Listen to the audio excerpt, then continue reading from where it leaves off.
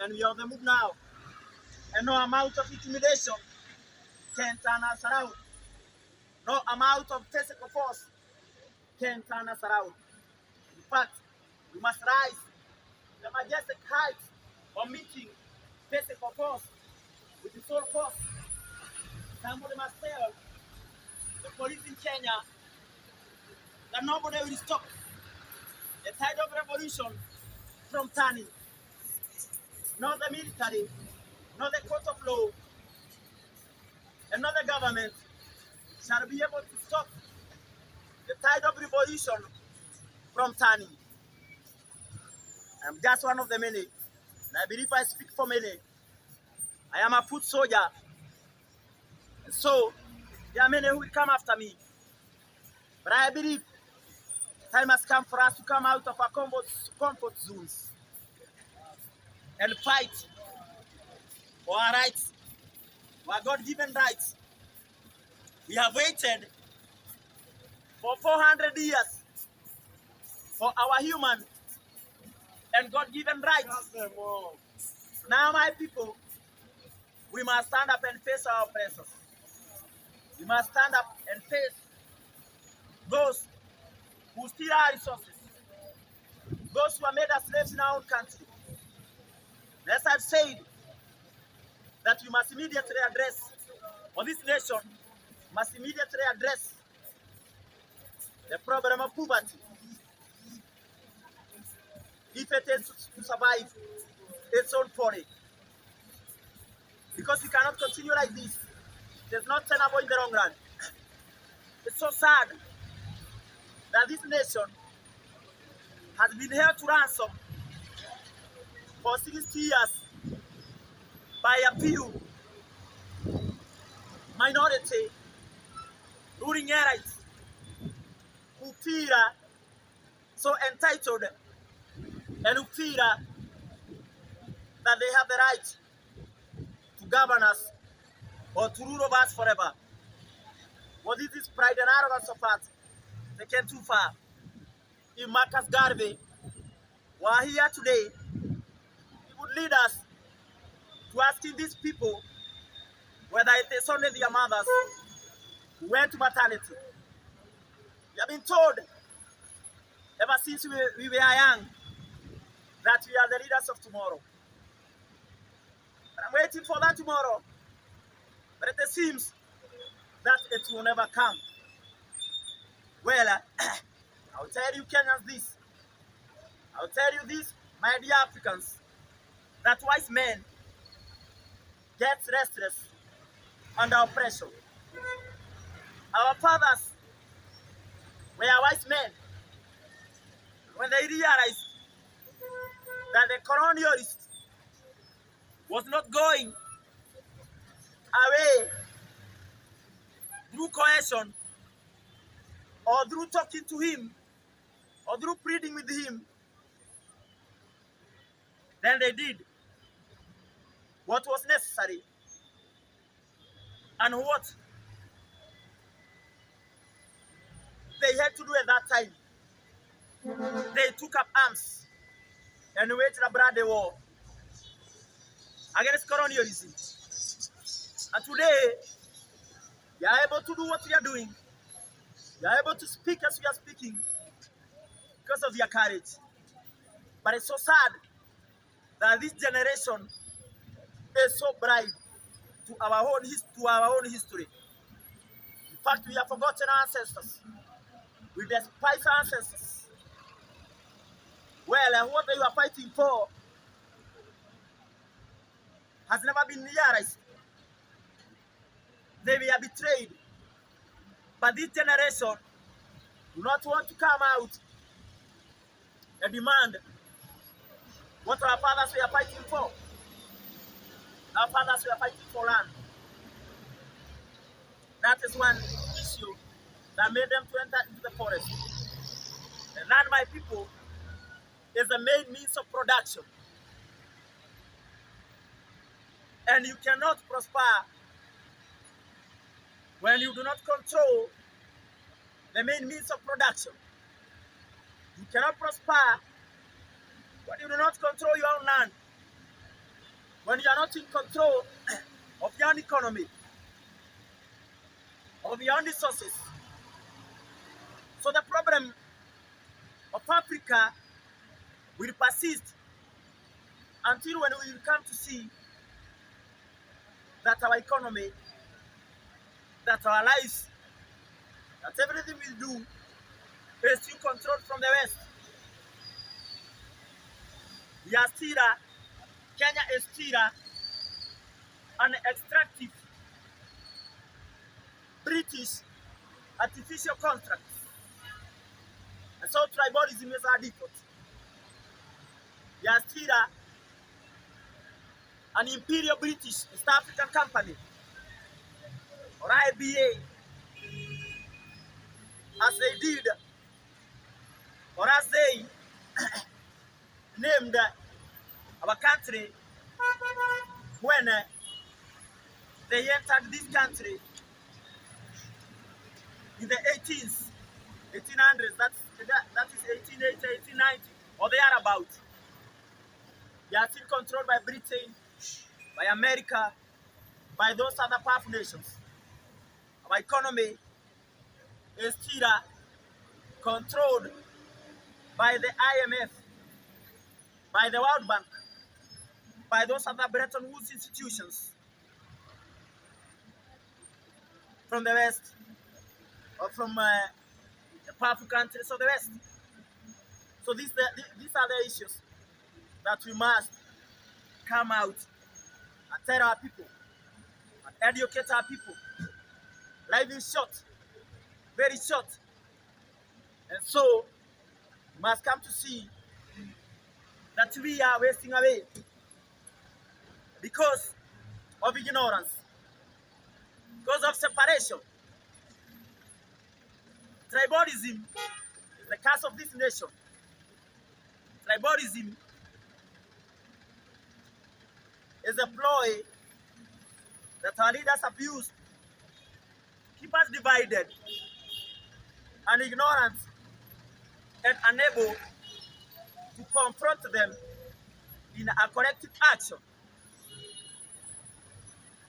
Well, the problem of poverty cuts across regions and tribes.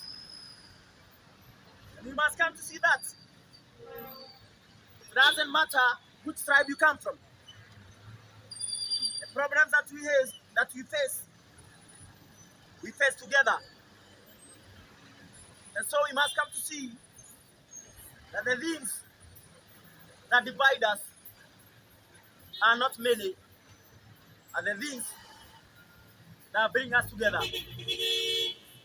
So I still believe that the day when this nation, the people of this nation, rise above tribalism and tribal hatred, we will free our country from corrupt leaders,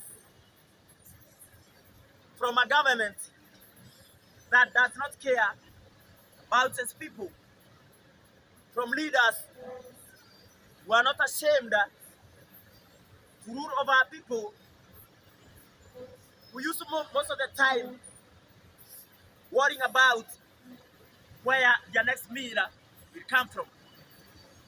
I believe it's time for us to see that corruption has made us slaves in our own country.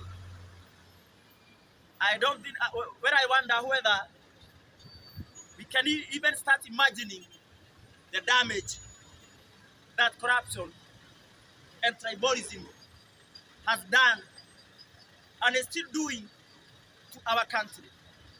Yet we are still silent. Yet we have normalized these things. Yet we are not angry. Yet we are not bitter. Yet we are not concerned.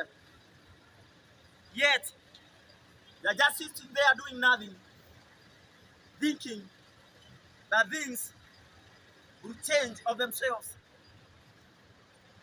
But I believe that things cannot change themselves. Somebody said, some great thinker, that nothing can be changed until it is faced. Change is the only constant in life. The only constant law in life is the law of change. which says that everything is subject to change. No man is indispensable. No system is immutable.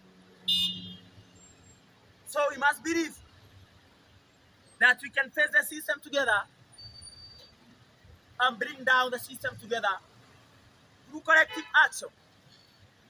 Our leaders must understand that we are the people who have employed them. So if we have employed them, if they pay us, then they have got the right to tell them that we are tired, that we cannot take it no more. But it's so sad that ignorance has kept us from seeing these things. People do not know the power that they have. The people are powerful than the people in power. So when we come together, we will achieve a lot. When we come together, we save our nation. We will save our generation. So it's time for us to come together in a unity of purpose. Because God has said, the problem of Africa, the last 700 years or so, has been the problem of disunity. But now we must unite, my people. We must come together, for unity is power. And people united can never be defeated. But people not united cannot expect to achieve anything worthwhile. I believe that tribalism may be that corrosive evil which must die before we can achieve peace. And peace is not the absence of war, or the absence of tension, but peace is the presence of justice. So we must come to see that the kind of peace we have today is a negative kind of peace, an obnoxious kind of peace. And the peace we have here in Kenya, here in Africa, is not peace, but it is silence.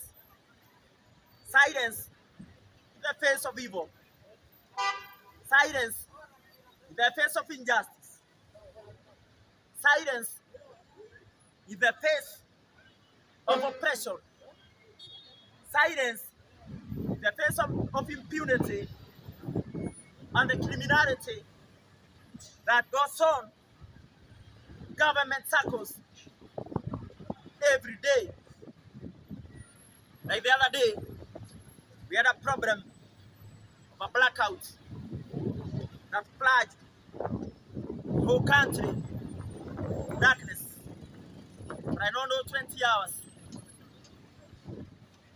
And well, this is sad, because one thing we must realize, that our country in a large way depends on electricity. So many industries, hospitals, and many economic activities where electricity is used every day. So something like this is not a light issue. But now we must ask ourselves why it should happen in a country where we have leaders in power, or a government in power. I think it is we go back to the issue of corruption. Corruption and incompetence. Our country is being led by criminals. There's Boniface Mwangi who said that other countries have mafia, but in Kenya, the mafia have got the country. Now the question is, how long shall we allow the mafia or the cartels to run our country? to ruin our lives, to make us live in misery and hopelessness. Because these are the same cartels that have destroyed the sectors that our people depended on to get money, to have a decent life, like the tea sector, the coffee sector, the sugar sector. But I believe that our farmers, rather farming, is an economic undertaking that should have made our people very rich and well off. That you will not need any assistance or aid from foreign countries. But we have destroyed these sectors.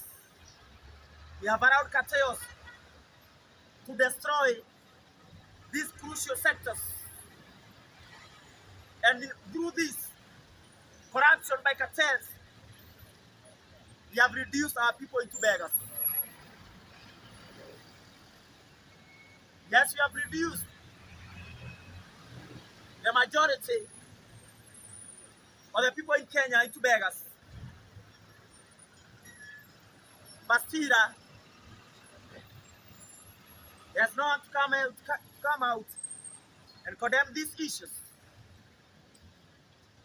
Again, the curse of tribalism is our greatest undoing. And well, unless we come out and address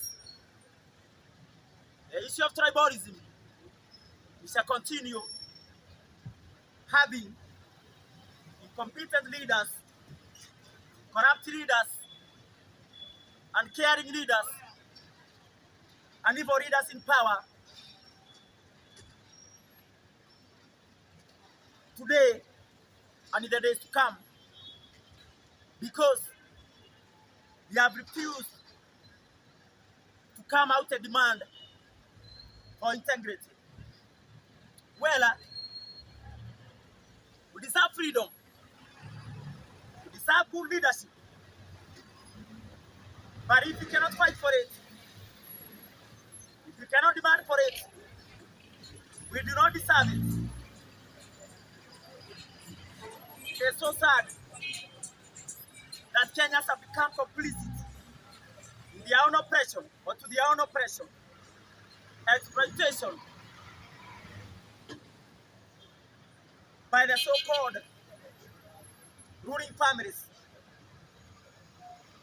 by the so-called status quo. We must come to see that we are responsible for the situation that we find ourselves in through our ignorance and through being so selfish and refusing to stand up against evil. Corruption and tribalism are the twin evils that have destroyed this country. And these, they find another system called capitalism, which itself is a predatory system in its very nature. Yeah, man, eat man society. We have been told that. But we still do not care. Our society has gained a reputation for corruption and cannibalism. But as you believe that there are good people out there who can stand up for the truth. Yes, we are cannibalists. Because when you see people killing for money, it means that you are worse than cannibalists. Corruption is worse than genocide. Yes, corruption is genocide. Corruption has killed more people than guns and bullets through starvation,